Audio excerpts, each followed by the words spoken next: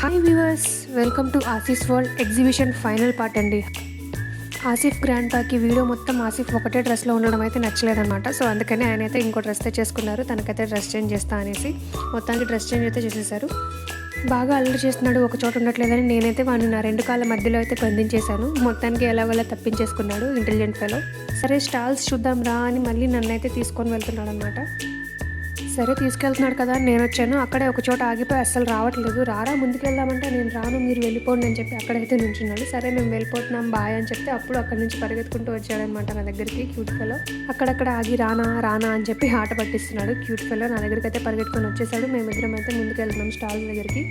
కొంచెం ముందుకు వెళ్ళిన తర్వాత అక్కడ వచ్చేసి మాకు వింగ్స్ ఫ్రేమ్ అయితే కనిపించింది. మా వాడికైతే వింగ్స్ పెట్టేద్దాం అనేసి వాడినైతే వింగ్స్ ఫ్రేమ్ దగ్గర నుంచో పెట్టాం. తెలిసిందే కదా, అస్సలు ఒక చోట అయితే ఉండట్లేదు. అక్కడ నుంచి వచ్చేస్తున్నాడు. ఫోటో తీద్దామన్నా కూడా అస్సలు ఆగలేదు. ఎలాగోలా 2 ఫోటోలు అయితే ట్రై చేసాం. కొంచెం ముందుకెళ్తే అక్కడ ఒక కార్ కూడా ఉంది, వింటేజ్ కార్. సో తన దగ్గర ఫోటో దగ్గర అంటే స్పెట్స్ అవన్నీ తీసి ఇచ్చేసాడు. స్టిల్ పెట్టరా అంటే డ్యాన్స్ చేస్తున్నాడు. సో మొత్తానికి ఎలాగోలా కన్విన్స్ చేసి దాన్ని పట్టుకొని స్టిల్ పెట్టించేలా అయితే చేసాం. ఒక 2-3 ఫోటోలు అయితే తీసాం.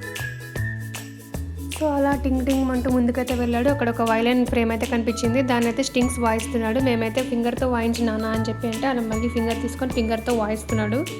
సో హ్యాండ్ చేంజ్ చేసి మళ్ళీ వాయించరా అంటే వాడికి ఒకే విషయం 100 సార్లు చెప్తే అస్సలు నచ్చదు. సో అందుకని దాన్ని వదిలేసి పక్కకైతే వచ్చేసాడు క్యూట్ ఫెలో.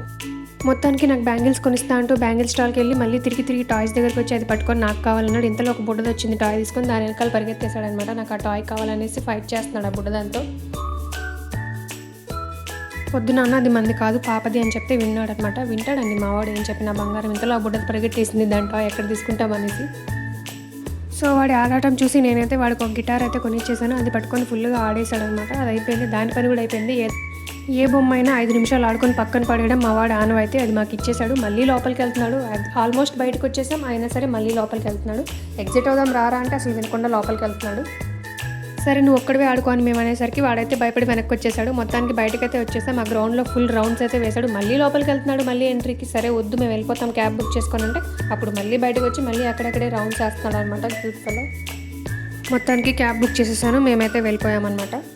సో ఇదండి మా ఆసిఫ్ గారి ఎగ్జిబిషన్ విజిట్ అయితే ఇలా పూర్తయింది. సో మిమ్మల్ని ఎక్కువ ఇబ్బంది పెట్టేసా 4-5 పార్ట్స్ పెట్టేసి, బట్ తప్పలేదు. Thank you so much for watching my dear lovely viewers. Thank you so much. Take care.